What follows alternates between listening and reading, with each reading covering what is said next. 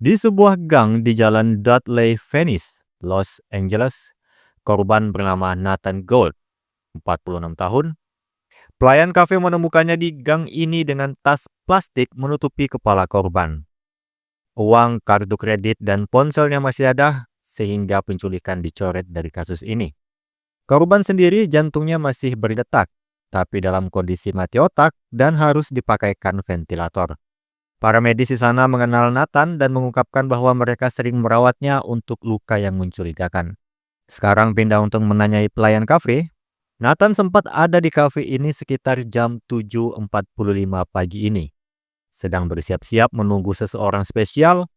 Saat pelayan itu ke dalam dan keluar kembali, dia tidak melihat Nathan, hanya bros kumbang kecil miliknya saja yang ada di atas meja. Pelayan itu panik dan saat menuju gang, dia sempat mendengar suara bebek dan setelahnya menemukan Nathan. Untuk Morgan sendiri, dia tertarik dengan meja lain di kafe ini. Terdapat minuman yang tumpah di atas meja. Dengan meja yang punya selah, air itu akan tumpah dan harusnya sebagian akan terkena kaki. Tapi saat ini semua minuman tumpah ke lantai terlihat secara sempurna seolah tidak ada yang menghalangi. Yang artinya pelaku sengaja membuat kotor meja lain dan meninggalkan meja bersih dekat dengan gang sehingga pelaku gampang untuk menyeret Nathan menuju gang. Kemudian Karadek dan Morgan pergi ke apartemen Nathan yang tidak jauh dari TKP. Dari apa yang ditemukan, tampaknya Nathan sangat mencintai judi. Tapi judi tidak mencintainya balik, dilihat dari kwitansi hutang yang banyak. Dan di antara kertas-kertas di sana, Morgan menemukan tulisan angka yang menarik perhatiannya. Belum sempat menebak, terdengar di luar pintu seseorang sedang berusaha masuk membobol pintu. Karadek pun membukanya, tapi pria itu menendang Karadek dan kabur. Pria itu akhirnya berhasil ditangkap saat di luar. Berdasarkan kartu identitas di dompetnya, pria itu bernama Marco Doleon. Di sakunya ditemukan sebuah alat suntik kosong. Apa yang ingin dilakukannya kepada Nathan? Morgan meminta Marco untuk menuntun mereka kepada bosnya. Kemudian sampailah di barbershop, di mana di balik toko itu adalah tempat perjudian. Bos di sini bernama Ray. Morgan akan menjelaskan analisisnya. Marco dikirim oleh Ray membawa alat suntik kosong. Pada awal, Morgan mengira Marco akan menyuntikkan gelombang udara ke aliran darah Nathan, sehingga Nathan mati tanpa Ray bersusah payah. Tapi Morgan kembali berpikir, cara kematian itu hanya akan meninggalkan kesan kematian yang natural, bukan pembunuhan. Maka kesimpulannya, Ray ingin kematian Nathan terlihat natural untuk mendapatkan keuntungan besar. Marco disuruh hanya untuk menaruh alat suntik sebagai barang bukti. Angka-angka yang Morgan lihat sebelumnya adalah nomor jaminan sosial milik Ray. Pertanyaannya, kenapa nomor sosial Ray dimiliki oleh Nathan? Ray memaksa Nathan Gold untuk menjadikan Ray penerima manfaat dalam polis asuransi jiwanya sebagai cara untuk melunasi pinjaman Nathan kepada Ray. Ray sendiri menyangkal tuduhan itu. Dia mengatakan Nathan-lah yang melakukannya sendiri. Jadi, Karadek dan Morgan akan kembali ke LAPD untuk mengecek siapa orang sebelumnya yang menjadi penerima manfaat. Kemudian di LAPD dipanggillah Jessica Gold, putri Nathan. Orang yang harusnya menjadi penerima manfaat asuransi jiwa Nathan sebesar $100.000. Jessica sendiri tidak tahu kalau ayahnya punya asuransi jiwa dan namanya dijadikan penerima manfaat. Yang dia tahu, ayahnya tidak punya keuangan yang bagus. Orang tuanya sudah bercerai sekitar 8 tahun lalu karena ayahnya sangat gila berjudi. Jessica sendiri sangat jarang bertemu ayahnya dan ibunya saat ini sudah menikah dengan pria lain. Beberapa bulan lalu, Nathan menemui Jessica, mengatakan kalau Nathan akan pergi jauh dan ingin melakukan sesuatu yang benar sebelum pergi. Daphne lalu menanyakan tentang kotak hadiah berupa bros kumbang kecil yang dibawa oleh Nathan. Jessica pun mulai bersedih. Ayahnya dulu memanggil Jessica dengan sebutan kumbang kecil atau ladybug. Jadi, diketahui kalau orang yang ingin Nathan temui pagi ini adalah Jessica. Masalahnya, Jessica mengatakan harusnya pertemuan dengan ayahnya di kafe Groundwire di Danau Toluca. Sedangkan Nathan ditemukan di kafe di Jalan Dudley, Venice. Setelahnya tim berkumpul. Oz mengecek kartu kredit Nathan tidak menandakan kalau Nathan akan bepergian. Dan Morgan melihat satu list. Nathan berlangganan makanan anjing yang dihentikan beberapa minggu lalu. Tapi di apartemen Nathan, mereka tidak melihat tanda-tanda adanya anjing. Memberikannya kepada orang lain alasan yang sangat masuk akal. Mereka pun menemui Jessica yang sedang di rumah sakit untuk menandatangani donasi organ ayahnya. Diketahui anjing peliharaan Nathan diberikan kepada Jessica. Morgan menjelaskan teorinya saat ini. Kalau tujuan Nathan pergi jauh adalah bunuh diri. Dan itu untuk melindungi Jessica. Nathan punya banyak hutang kepada Ray. Dia ingin Ray tidak mengusik Jessica untuk menagih hutang.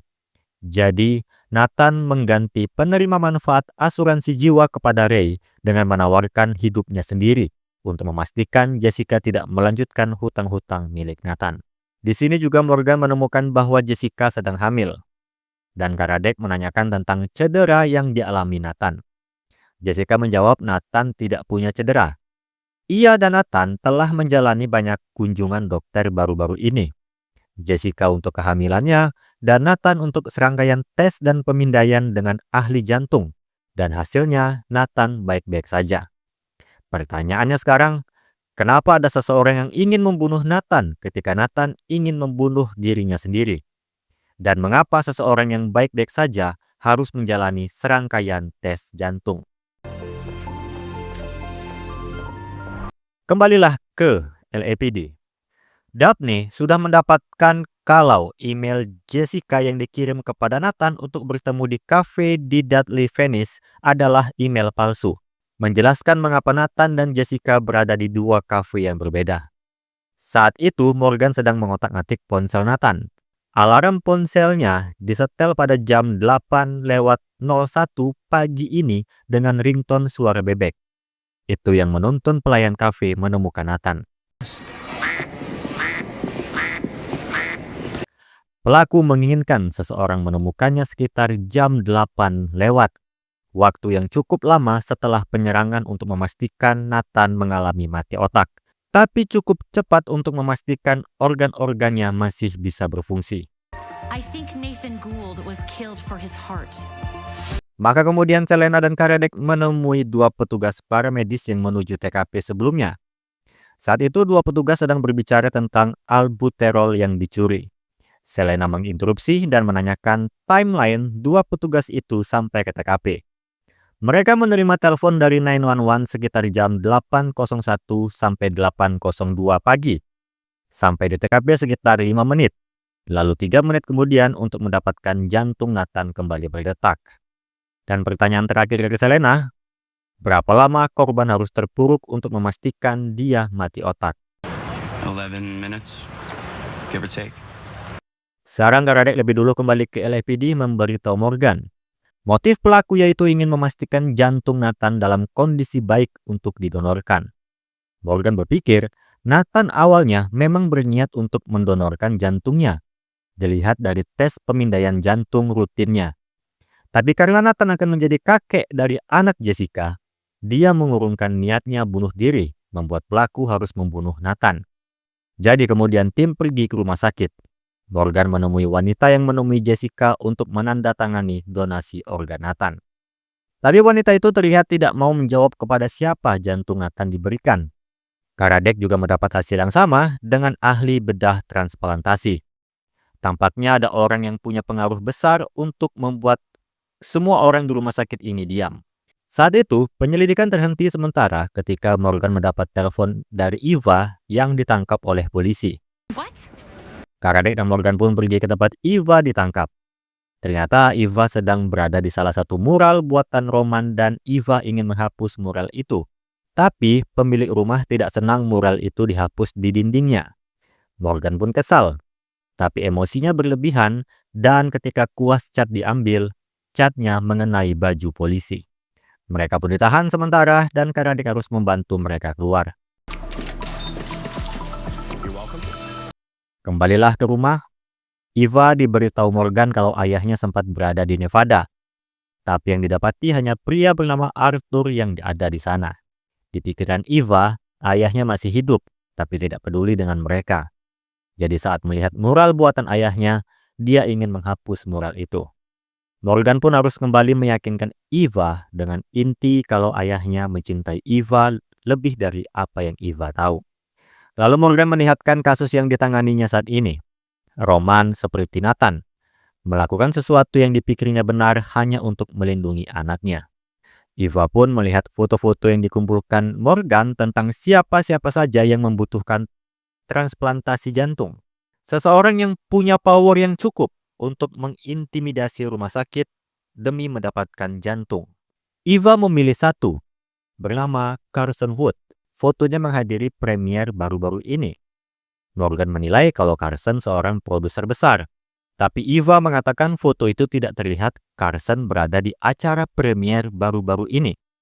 Wanita di belakangnya, seorang artis tapi memakai dress dari desainer yang artis itu hina. Dan itu sudah terjadi setahun lalu. Look at you. And you didn't think you were anything like me. Jika Eva benar, artinya Carson sudah tidak pernah muncul di publik cukup lama, tapi dia memposting foto lama seolah-olah itu baru. Mungkin Carson menyimpan fakta kalau dia sedang sakit. Dan esoknya Karadik dan Daphne pergi ke tempat Carson Wood. Benar memang dia dalam kondisi sakit.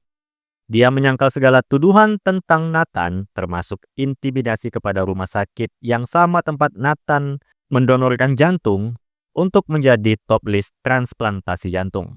Ia saat ini akan pergi ke Utah karena sudah mendapatkan daftar tunggu untuk jantungnya. Dan saat itu Morgan menelpon Karadik.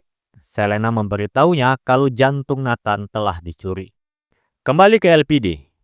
Cara terbaik untuk menemukan pelaku saat ini adalah menemukan orang-orang yang terbaring di rumah sakit yang membutuhkan jantung. Otomatis yang dipanggil adalah wanita sebelumnya yang bertanggung jawab dalam prosedur transplantasi jantung. Diketahui kalau yang mengintimidasi rumah sakit ini benar adalah Carson Wood. Dan dengan jantung Nathan dicuri yang seharusnya milik Carson, membuat Carson pergi ke Utah dengan segera. Seharusnya tentang intimidasi itu selesai. Wanita itu mengatakan Nathan sempat meninggalkan donasi terarah kepada siapa jantungnya didonasi. Tapi ketika Carson muncul dan mengintimidasi rumah sakit untuk mencari jantung, mereka pun membatalkan arahan donasi Nathan. Masalahnya makin berat karena wanita itu tidak melihat siapa nama yang didonasikan Nathan dan juga ia sudah menghapus semua data Nathan pada sistem rumah sakit. Satu-satunya yang tersedia adalah nama-nama yang masuk dalam daftar transplantasi jantung. Setelahnya, Morgan harus menyeleksi pasien di daftar list itu siapa yang pantas menerima jantung Nathan. Morgan mencoret orang-orang yang masih punya waktu hidup tanpa jantung baru. Tipe darah yang berbeda, dan kunci dalam kecocokan jantung adalah size tubuh.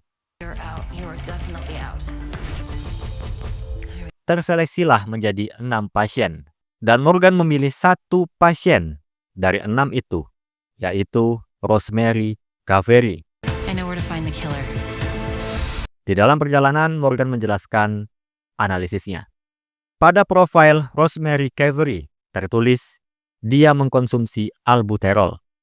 Karadik ingat, 2 petugas paramedis mengatakan seseorang mencuri albuterol. Albuterol. Asthma men. We got more back of the house. Dan Morgan menjawab, albuterol itu tidak dicuri orang luar, tapi pelaku, di mana antara 2 paramedis itu yang mencurinya dan diberikan kepada Rosemary yang tidak lain ibu pelaku. Cavery adalah nama belakang dari suami kedua Rosemary. Suami pertamanya adalah Bishop, sama seperti salah satu nama paramedis, Christopher Bishop. Just like one of our paramedics. Dialah anak dari Rosemary. Nathan dan Christopher mengenal satu sama lain karena cedera Nathan. Mereka berbagi cerita tentang masalah hidup. Jadi ketika Nathan ingin bunuh diri, dia berniat untuk mendonorkan langsung kepada ibu Christopher. Tapi ketika Nathan berubah pikiran karena mendengar Jessica hamil dan ia akan menjadi kakek, Nathan mengurungkan niatnya, membuat Christopher tidak terima dan memutuskan untuk membunuh Nathan. Mengatur pertemuan dengan nama Jessica, menempatkan di meja dekat gang, mengatur alarm untuk 11 menit ke depan agar ditemukan seseorang, dan membuat kondisi agar ia bisa ditugaskan ke TKP. Semuanya untuk menyelamatkan ibunya yang sekarat. Dan keputusan sulit harus diterima Morgan. Karadec akan menangkap Christopher yang artinya Rosemary tidak mendapat jantung tersebut. Karadec dan Morgan pun pergi menemui Rosemary, menjelaskan semuanya, dan membiarkan ia bertemu dan mengucapkan selamat tinggal pada Christopher untuk terakhir kalinya. I'm so sorry. I'm so sorry. I love you so much. Dan kasus selesai. Scene penutup di LAPD, Morgan memberikan Jessica bros yang Nathan rencanakan untuk diberikan kepada Jessica. Lalu Morgan bertanya bagaimana Jessica bisa memaafkan Nathan dan membiarkannya kembali dalam hidupnya. Guess that's how my mom raised me.